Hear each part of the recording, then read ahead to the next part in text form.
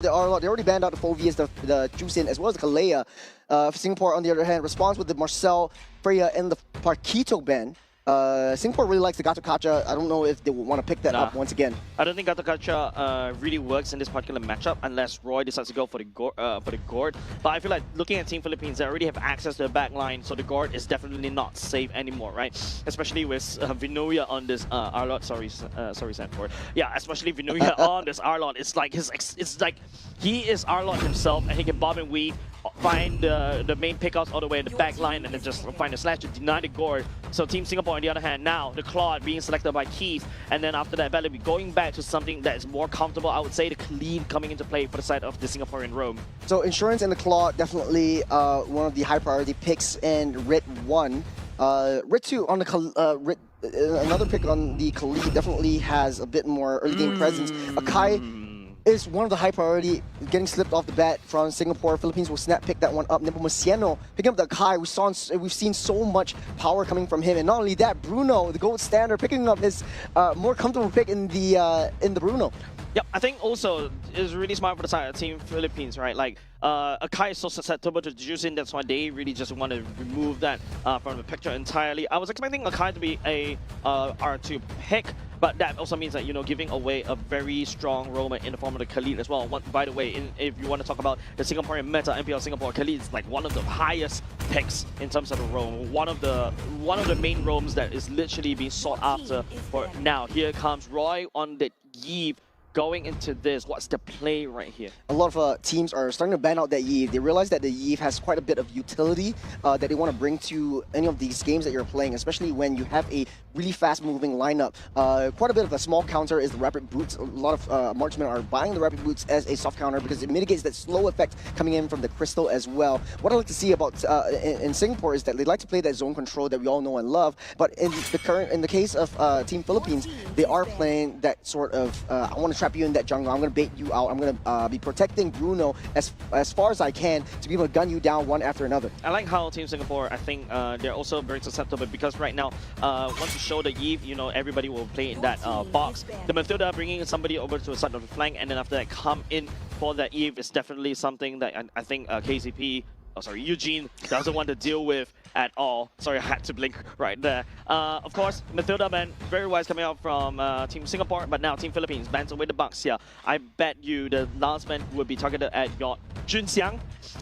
Sorry, Junxiang for the Fredrin. It's a muscle memory at this point. Yeah, I think forcing Junxiang in Assassin would be I think pretty good for Singapore. He's more comfortable with the Assassins. In the community right here in sunny Singapore, he's known as one of the better Assassin players. That's why he's being drafted into MPL Singapore. But unfortunately, though, he has to adapt and he has to change his pace and the way he wants to play around in Singapore. But this is Team Philippines that we're talking about. You don't want to leave anything to chance. And as far as we know, we really like to play these hard-hitting damage heroes. And like you said, the Fredrin being banned out. I like Team Singapore bans, legit. It feels like they really did their homework as much as they can. Congratulations on the Eugene, by the way. Happy Father's Day too. Okay, on the side of Cho, right, it is also something that De La Cruz has played tremendously, especially when De La Cruz is so active on the map or across the board. So yeah, blending away these two roams will alleviate at the very least. But then this also means that, you know, Team Philippines have access to other roams. I was thinking maybe even to a certain extent the Atlas, right, to slow down Khalid from rotating. The Marcel, unfortunately, banned as okay. Guinevere decided for the side of Team Singapore onto Junxiang. Yeah, Guinevere is basically the third pick in terms of, or maybe the fourth pick in terms of the jungle. It does have some tank ability. Typically, you get the concentrated energy for a little bit more spell vamp, and then you go full tank. The job here is control the early game. You have a lot of early game damage. Try to engage into any of these team fights. Try to secure the objectives. But you're going up against Nepomuceno. The GOAT, he's not going to give you an easy time. He's going to use the heavy spin to get you out of the way. And not only that, De La Cruz setting the tempo with the Atlas and the Gourd pick for Papico. So much displacement mechanism coming out from the side of Team Philippines, right? Apart from the Fatal Links, you also got a heavy spin. You got to add the R-Lot with the final slash as well. This means that, you know, Gourd is going to have a fun time on this particular Gourd. Looking at it for the side of Team Singapore, though, I mean, they need to really find a way to access the backline on the Gourd. Usually is that Yu Chong that will be able to do that. We'll also see how other teams use the Zetian to be able to do so. I think Diablo on the... Sorry. We look on this Yu Chong is definitely going to be a very good pick. Team Philippines are drafting very, very heavy team fight composition. Arlot could necessarily be sent out to the side lanes to be able to push in the waves and alleviate some pressure. But Wheelun really likes the pocket picks coming in. That's the Yuchong staying into the meta. I think it's easy access into the gourd. So once that Mystic Gush comes out, best be sure the Black Dragon is going to land on top of him. Now, actually, this is also a very scary drop coming on both sides, right? Both of these two drops does have the necessary function. They are able to find and peel for the Eve to keep them in that box, and then after that, just rinse and repeat, right? Whereas Team Philippines, this is also a very active kind of roster. You got the Arlot that could just dive all the way deep. You also got the Akai that could heavy spin to prioritize in terms of these neutral objective advantages. But the Guinevere can also do the same. Spatial migration right into the Violet Requiem. You cannot activate the heavy spin. If you cannot activate the heavy spin, that would be a turtle given over side to Team Singapore. It's going to be a huge test for Singapore, and for Philippines, it is a last game to say goodbye in Sanarara and their time in Singapore over the AGQ as we jump into this first game between Philippines and Singapore. I like what Philippines has drafted for himself. A lot of heavy CCs. You got the Final Slash, you got the Fatal Links, you've got the Bouncing Bombs, you got the Mystic Bombs, and you got the Heavy Spin to be able to disrupt, reposition, change the tides of battle. And for Singapore, they have to be a little bit scared. They're facing De La Cruz, who is such an absolutely great tempo setter. Yeah, with that said, ladies and gents, game number 1 between Team Philippines and Team Singapore. Bellamy leading the charge though, doing decent amount of damage against Pabico. A great aggression coming in from Bellamy so far, giving that reconnaissance duty. And this is not what you want to see when you're Philippines, especially for Pabico, getting forced all the way back. At the very least, he's able to clear up the first wave to get as much gold as they can before that recall actually happens. Actually, I was expecting, you know, after Bellamy was able to do a decent chunk of damage, flicker right off the back on De La Cruz. Yep, great little bit of a fear factor from Singapore to push them out, and Philippines really understands how far Khalid as well as Guinevere would go in the early game. On the bottom side, though, I don't think it would be too much of an issue. We typically see the Yuchong clearing the wave, joining in this team fight, joining in the aggression in the jungle. Bellamy still on reconnaissance duty. They know where De La Cruz is, so Singapore are trying to play around De La Cruz. It's a very slow-paced game, even coming from the side of Team Philippines, right? You're expecting the Atlas and also Pabico to start rotating out of control, but maybe because of the Khalid, right? Over there, easily wave clear. Actually, even though it's also interesting that the mid lane is actually freezing the wave right there, trying to deny farm away from Pabico. Yep. Expanding rivers activated. Turtle spawns up in the next 5 seconds. The top side won't be too much of an issue. Pilas able to push Keith back for now. Typically, we won't see the marksman joining in the first turtle fight. Bellamy's in position. De La Cruz as well. The jungle doesn't want to show themselves. Nepomuceno right there, trying to push Bellamy back, taking a lot of damage, dealing a lot of damage. The utility comes in from Roy. The problem is that if you notice, because of the Romans not really roaming, the Romans are a little bit awkward in terms of the levels. Fnatic into level 3 doesn't really have access to the Rage Sandstorm and also the Fatal Links as well. Nepomuceno actually working on the turtle right now. Junjiang still not able to be found. Bellamy at half health will be able to heal everything back up. Black Dragon form already used up by Wheelun, going straight to the backline. Petrify and Vox laid down low. Nepomuceno steals away the turtle from the Singapore's nose. The first blood going over to Venuya is still happy and healthy. Singapore doesn't want to push more. The Violet Requiem was activated just to protect Roy, but unfortunately, you know, Venuya being Venuya was able to access all the way, taking out first blood. He's going for more. Great cutoff, great dash. Venuya, another kill onto Wheelun.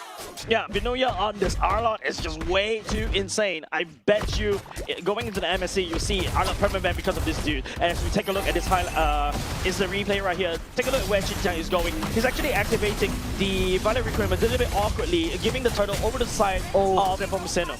Bellamy just really pushed so far off position. He was the first one to be taken down as well. But I wouldn't understand. Singapore really set things up in motion first. There's a jump onto for Xinjiang. CC immunity onto De La Cruz. One hit. Wyvern will pick up that kill. Nepomuceno not really happy about this, but he won't push too further. At least Singapore has a kill on board. That's a roam for now, but at the very least, you know, it's Wyvern who pick up that kill. Building towards the glowing one, but Nepomuceno is on the wrong side of the map. He's trapped. He don't want to push it too far. There's a heavy spin already utilized. Getting pushed back. That's the box already laid down as well. Xinjiang trying to go for that chase. Nepomuceno, you can't chase him. He's too slippery. The question is he trapped or are you trapped with Nepomuceno? There was a great play coming up. Singapore always starting things off, but the damage isn't really coming through. And like you said, a little bit of miscommunication issue from that first turtle fight, which leads into this next one. Xinjiang I think it's just, a slow and steady pace, right? I think currently from the side of Team Singapore, there's no reason to really fight.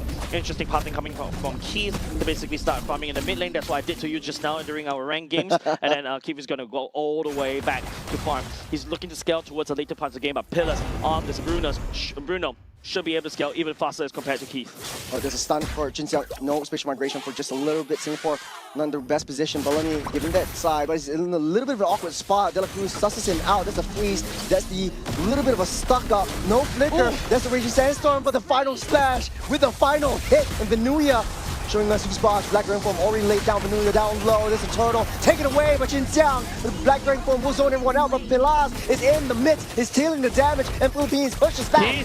Onto Babico as well, the Blazing Duet, the damage will be able to be found, and also at the same time, Singapore will be able to take away the turtle, but it is still members on the side of Team Singapore taking casualties. Underneath the turret with Venuia, another kill. De La Cruz coming off from the backside, Venuia still happy and healthy. McKeith will be down low, Nepomuceno coming in from the flank, that's the stun, that's the ball, that's the gush, and the laser seal the deal as Philippines dominating the early game.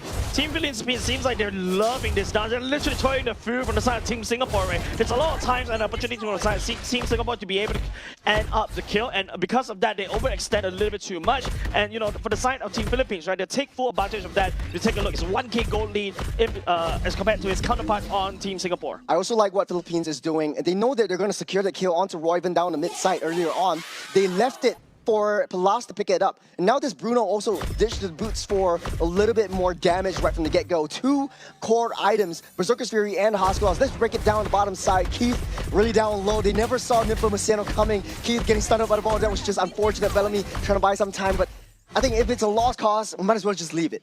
I think it's just Team Singapore thinking there's almost a chance. It feels like Team Philippines was just dangling the carrot. Team Singapore fell into that trap. I would say it's a mouse trap as well. If you notice, because of that whole rotation, holy moly, what happened? Because of one instant replay, we lost mid, we lost top, and we also lost bot as well. Oh, the map looks kind of barren. It's only 6-minute mark. Singapore has to fight back. Wilun gives a little bit more vision onto De La Cruz, but this is a tempo setter. A tempo-heavy team that Philippines is building up for themselves. And slowly but surely, Pilas is already online. Singapore cannot force an error. Yeah, I think they forced a little bit too much. You're giving 10 kills over the side of Team Philippines, 6K gold lead, almost, right? 800 gold lead per minute. And it's only the third turtle right now. I think Team Singapore definitely needs a lot more time to grow. They need a lot, around like 7 more minutes in order for them to shine. But looking at how Team Philippines has been playing, I don't think they're going to give them a watch at all. Yeah, that's a lot of hyper funnel. Look at Wilun, no damage at all to Nepomuceno. He's just taking it as a tickle. It's just an uphill battle for Team Singapore, right? Keith. Oh, Keith all alone. Able to use the PMI out, but he gets chased down. Purify also used up all the way on the other side of the map. Wilun also making the mistakes. That's a little bit too close. I think the Observer almost couldn't follow Venuia because this man is just zapping around using the flicker and dash almost very quickly. Immediately, Keith got assassinated right there. Philippines trying to make quick work. There's a concealed play, bursting the bubble as well. Singapore left in Barons. It's not even a Lord yet, and they're losing all their T2s. Jinxiang, no! Getting trapped underneath the jungle. Philippines capitalizing on all of Singapore's mistakes. It's 9K gold lead. Quick, Churros, ask me why Jinxiang is there. Why is Jinxiang there? I don't know! I think he's at the very least trying to take the turret down the bottom side. That's the Mystic Gush once again. Keith finds himself in a bad position. De La Cruz setting things up. He's got the fatal link. 2 members fold in. Oh man, this is so painful to watch, especially for the side of Team Singapore. As Team Philippines was his record time, 8 minutes mark, and we already finished up the core. The minions are marching out though. Team Singapore desperately trying to hold to defend, but it's just Team Philippines making a speed run right here. They're hungry for dinner. Minions coming in, Jinxiang falls, and Philippines will take game number 1. This is disappointing if you are a Singaporean. Fastest game that we had, biggest lead so far, ended up at 13,000 gold. Is this the fastest game we've ever seen in Mlbb history?